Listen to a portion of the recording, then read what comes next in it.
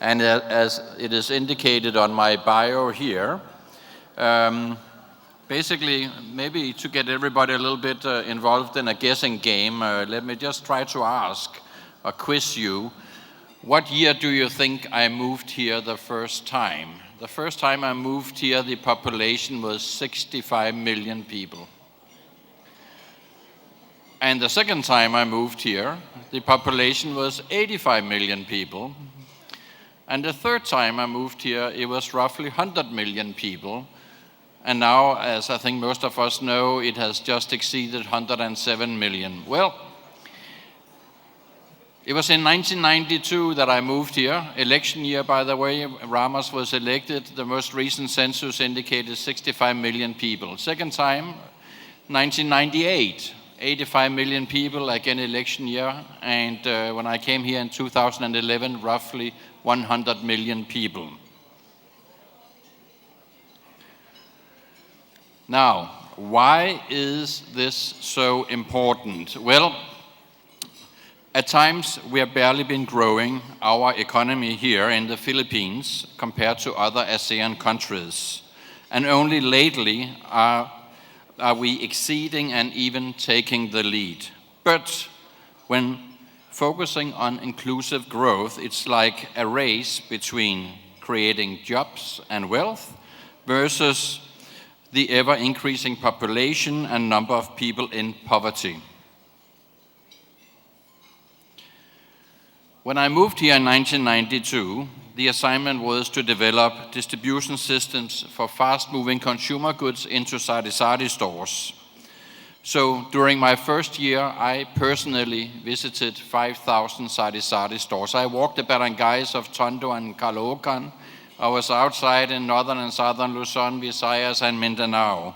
I even crossed paths with NPA and further down south, much talking about today, by the way, the insurgents down there as well. A picture that was repeated while working on distribution, and in these cases it was for Philip Morris, it was for Dole Packaged Foods, and it was for the Coca-Cola Company. And even if I went out today, is that I will be able to find the same type of provincial and urban poverty with hard-to-reach areas and even more people in poverty and even more sadly living in abuse. Today, I'm working as country manager for Regus. Regus opened their first center in 1999, and remember that in 1999 that was still in the wake of the Asian crisis. When others basically circumvented not just the Philippines, not just Southeast Asia, but all of East Asia as well. Regus did the opposite, and perhaps that was exactly why Regus enjoyed success at that early point.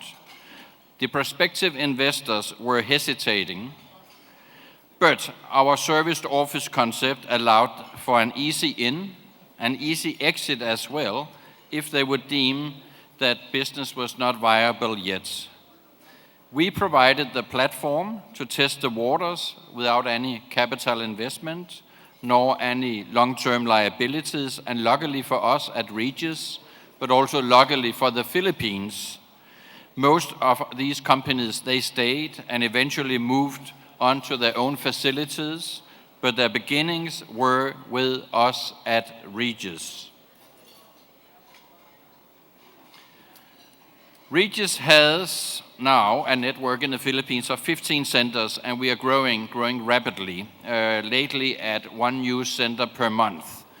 In a matter of only 3 years, we have tripled our business, while demand actually has quadrupled.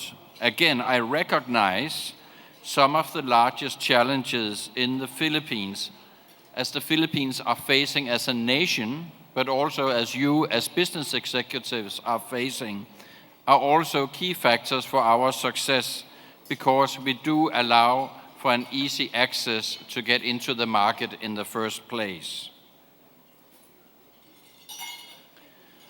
Traffic. Traffic takes a great toll on productivity.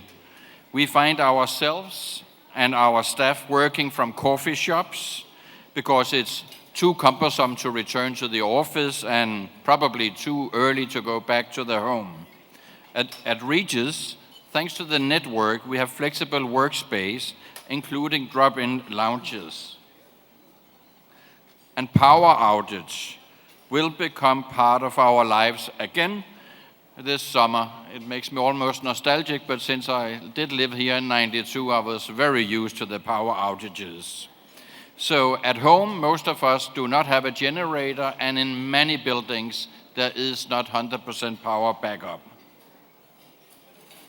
Eventually, communication. Communication is a challenge from wherever in the Philippines, especially from home, and working from home could be an alternative to time spent in traffic if only both power and communication lines would be reliable from your homes as well. And it has also been mentioned earlier today, ease of doing business, or maybe we should say difficulty, because Philippines is number 95 versus Singapore that is number 1. As long as the economy is growing as rapidly as it is now, I don't think it will hold back investors. And again, with Regus, they will have an easy entry. But should our growth suddenly slow down, I think it will be a lot less enticing to enter this marketplace with that kind of obstacles that we uniquely provide.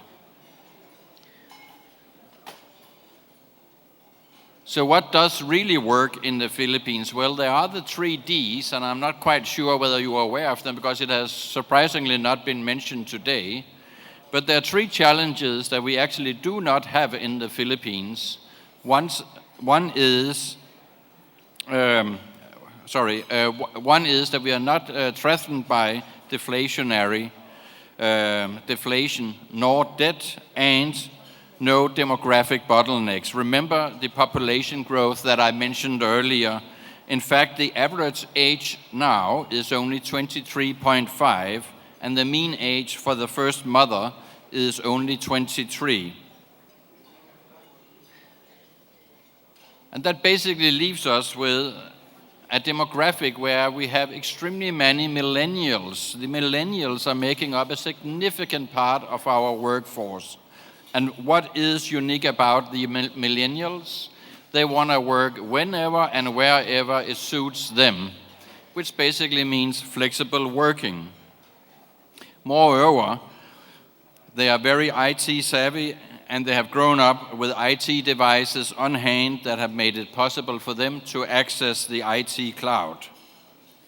So if not from home, and not from the coffee shop, and not from the regular office, why not from a Regus flexible workspace, which always will be near you, thanks to the network that we have established and that we keep expanding. In conclusion, 10 years from now, not only will all of us in here be 10 years older, but the millennials, they will also be 10 years older, and they will actually have entered the group of decision makers. And it's not just a global trend to work flexibly. It's a key enabler for the Philippines to overcome the challenges today to our rapid growth. Challenges comprised of various lacking infrastructure. Therefore, only with the right solutions will we ensure inclusive growth, and only with continued growth will we ensure the means to develop the infrastructure. Thank you very much. Thank you, Mr. Wittig. We hope that you are enjoying your lunch. At this point, let us welcome our next speaker. She is one of the department's most experienced career officials. She was promoted to her current position last year and now supervises the Bureaus of Electric Power Industry, Energy Resources Development, Oil Industry, and Renewable Energy.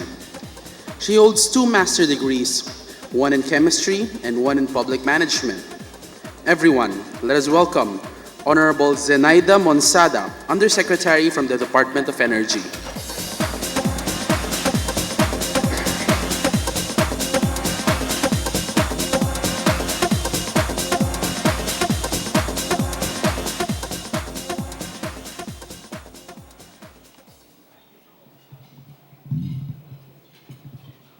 Senator Drilon, Your Excellencies from the Diplomatic Corps, ladies and gentlemen, good afternoon. I'm sorry I don't have a presentation to make, but maybe it's good because you are busy. So allow me first to express the Department of Energy's gratitude for inviting us to take part on your 4th anniversary forum. With the recent challenges and issues the sector is facing, it is truly important that we make ourselves available in all forums and conferences. It is our way by which we can extend our reach to the people, ensuring them that they are still in good hands, that the department is still on top and in control of the situation. Our industry is stirred by the influx of energy developers and investors. Since the creation of the Electric Power Industry Reform Act of 2001, or the EPIRA, the energy sector has been privately driven. The government is literally in shackles as far as power generation is concerned, and this includes the construction of power plants. So our duty now is to ensure proper facilitation and monitoring of the industry and guide the state in crafting effective policies in support of the development of the industry. With this in mind, the sector supports and invites more developers in the industry. As a growing country, our energy requirements are rising. We need to support such trend in order to ensure progress to be felt by the people at large. We have no more time to slow down as it might distract the momentum our economy is enjoying. Realizing this, the department created several programs in support of this cause. DOE has been spearheading the Philippine Energy Contracting Round, or what we call the PSCR. Now on its 5th round, we yearn to invite local and international investors to develop local potential sites on coal and exploration. Presently, we have a team in London to attend an energy forum and exhibition to establish stronger ties and communication with international developers. Similarly, we are obliged to improve our existing power infrastructure. Last year, I'd also like to note that we had an open and competitive bidding for renewable energy, particularly on hydro and geothermal. So when we talk about infrastructure in the power sector, it does not only concern power plants. It also includes our transmission systems, which is equally important. Without these systems, power will not flow into our workplaces and homes. To fulfill this objective, several feasibility studies are already ongoing, such as the connection of the Visayas and Mindanao grids. In doing so, power augmentation in both regions will be possible. May I note that at certain instances, Luzon is exporting power to the Visayas, and Visayas also has been exporting to Mindanao, to Luzon in times of thin reserves. So the developments of our natural gas pipeline, for which we have a study now being conducted by the PPP Center, and LNG terminal infrastructure are already included in our energy plan. We are trying to develop the natural gas industry so that we can have a balanced sources of fuels for our power mix. There were complaints earlier on coal being being the composing majority of our fuel mix, but then we have to balance it as we consider the environment. So likewise, we are engaged and immersed with the power developers to accelerate the completion of power plants across the country. In fact, the department devised the milestone approach in renewable energy application process, trimming the application procedures from 100 days down to just 45 days. This ensures that investors will not have a hard time completing their projects, therefore assuring our people that renewable energy and power projects will be completed on time. We have also embarked along with our international partners on the energy virtual one-stop shop. We also have the Wind Atlas, which was launched only last month to show the different areas where we have the wind potentials.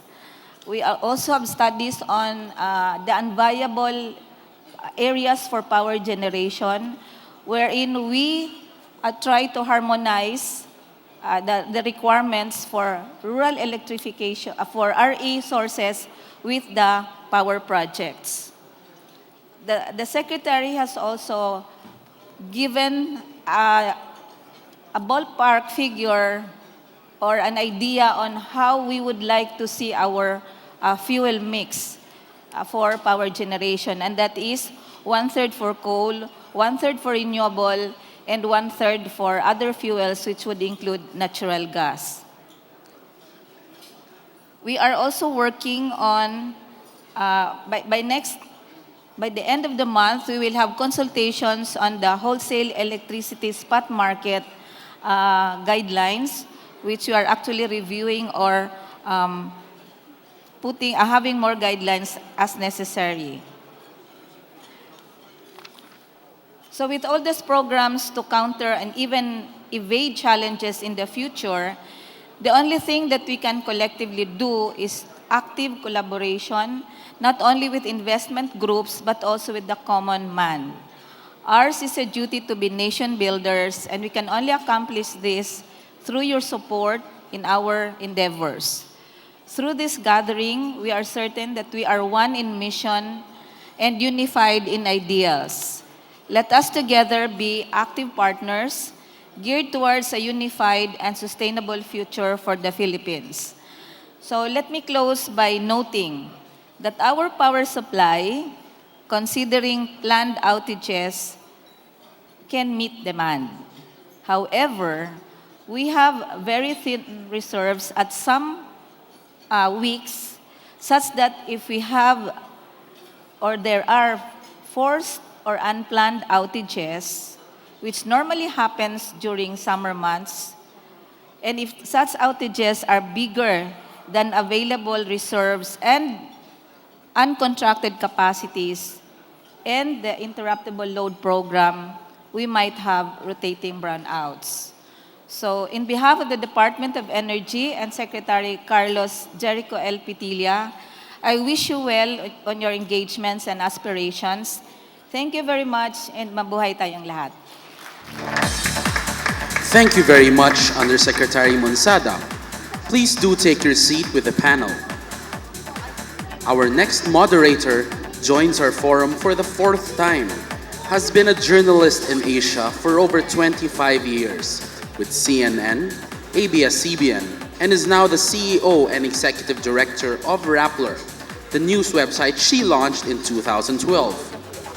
A graduate of Princeton University, where she has taught journalism, she is an expert in social media and has published 2 books on terrorism in Southeast Asia. She has over 240,000 followers on Twitter. Let us give a warm welcome to Miss Maria Ressa. I look myself straight in the eye. Good afternoon. No, it's okay. So let me call up our speakers for the panel. Thank you very much for inviting me again, John. Hello, Mr. Senator. So it looks like I'm here to help us assess. When I talk about what our biggest problems are, I say three things: infrastructure, infrastructure, infrastructure. Echoing former Secretary, I think if you remember the first Arangkada, that was where we started. 4 years later, here we are with the infrastructure panel. Let me call up the people who will give you an overview and who I will, or I may or may not, heckle. Let's call up Eli Ricote. He'll be talking about PPP. He is the Deputy Executive Director of NEDA PPP. Eli, where are you? Come on up on stage. After him, Neil Bentley is the Vice President of Aviation Asia Pacific and he'll be talking on airports. Neil. After Neil, Michael Ruber, President and CEO of Royal Cargo on shipping. And also on shipping, Doris Ho Magsaysay, the President and CEO of Magsaysay Maritime Corporation. Doris, are you here? There you are. Hello. I like it. Women and men on the panel. And finally, power. Let's find Luis Aboitiz. Come on up.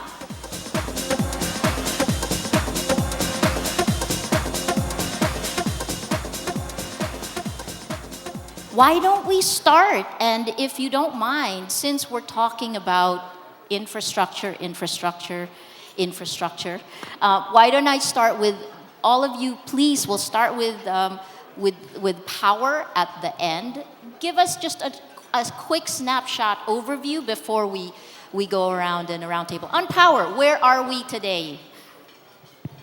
Well, since the APIRA law, the power plants have been privatized and open access has occurred. The next stage is going to be lowering of the threshold of open access to 750 kilowatts. And then beyond, there will be a further lowering, making power demand competitive and supply competitive. So there will be quite an active market of suppliers and buyers of power in the near future. Right now, we've got a lot of power plants planned. Some of them are a bit delayed, but if you look into the next 4 or 5 years, there are a lot of large power plants being planned, both coal, gas, renewables, many different types. We're going to have quite an interesting mix of power in the next 5 years. So have we built enough factories? Have power plants? Have we built enough power? Well, we haven't been building industrial demand for power. We don't have the heavy industry, which is mostly light industry, which is actually good because particularly call centers that consume power in the off-peak at night, it means that we use power more efficiently where we have consumers both in the day and in the evening. So it's more efficient use of our power plants.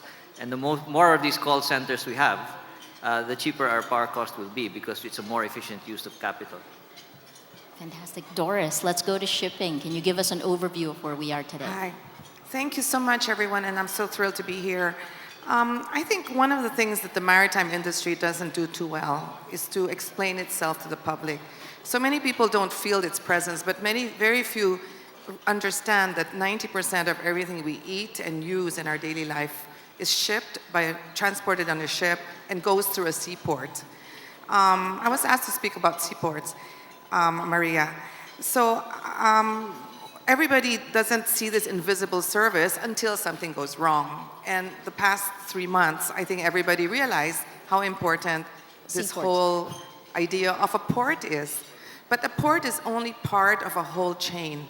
A port is not the only part that allows the efficiency of transport. It goes all the way from a factory, all the way to a port for export, or from a port to a warehouse to the customer. So it's very important to see that it is a whole funnel, like a funnel. And anytime you put one little obstacle in it, even a small one, the whole thing breaks down, which is what happened with the truck ban. Right. Created the truck ban. Ports require long-term planning, and I think one of the problems that we have, and I think several speakers have already mentioned this, is the lack of the ability to plan beyond the 6-year term of the president. So that's a problem.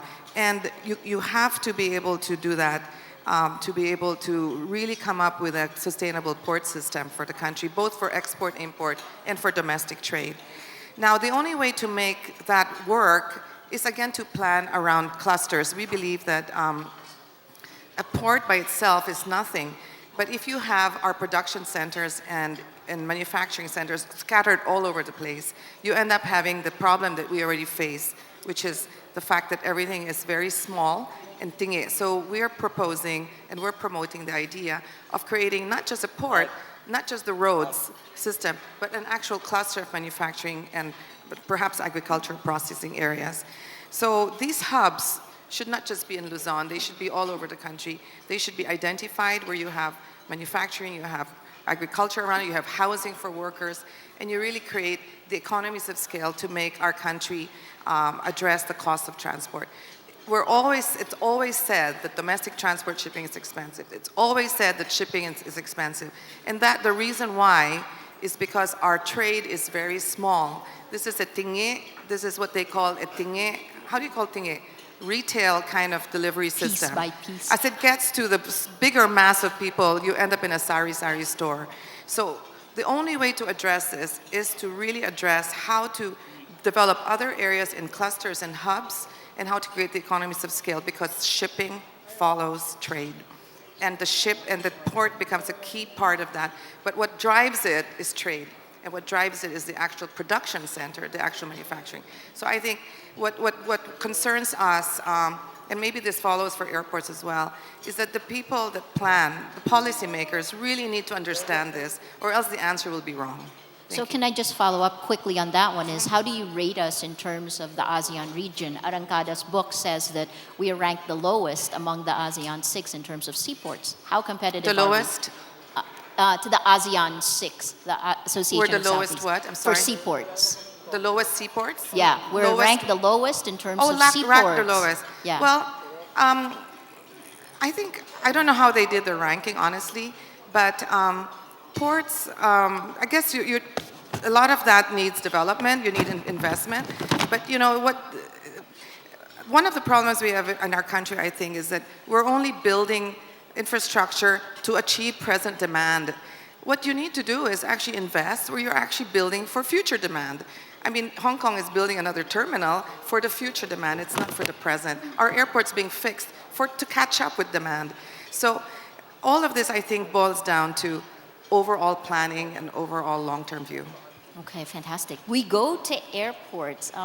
I will heckle you the most, perhaps, because every time I've flown the last 3 times, a minimum of 3-hour delays. Just because, and this is what the airlines say, because the airlines get hit, right? Particularly on social media. They say congestion in NAIA. Please, what do the airports look like, Neil? Maybe I can just start by asking everybody a question. In the last week, how many people have been on an aircraft? How many people have been on an aeroplane? How many people?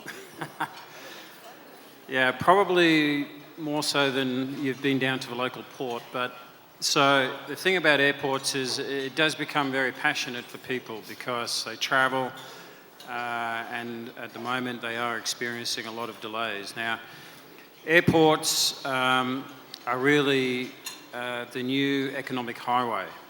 Okay, in the old days it was all about seaports, and it was highways, and there's rail, but now it's airports. And if you want to be competitive on the international stage and international regional level, you need good access